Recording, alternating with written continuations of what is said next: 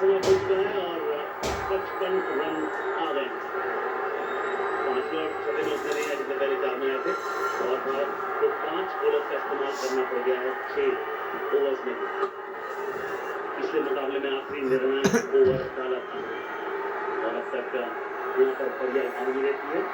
7 wicket डाल चुके हैं, सिर्फ 2 रन उन्होंने अब तक यहाँ पर खर्चे और इसी अनुशासन की आपको यहाँ पर जरूरत होगी। करने की कोशिश, फील्डर वहां पर मौजूद, छोटा ग्राउंड साइड में 4 रन वहां पर मिलेंगे।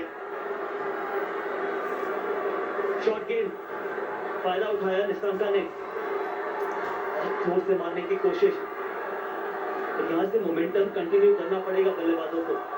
बढ़िया स्टार्ट मिला है, जिस तरीके से दोनों स्पिनर्स ने भी गेंदबाजी करी है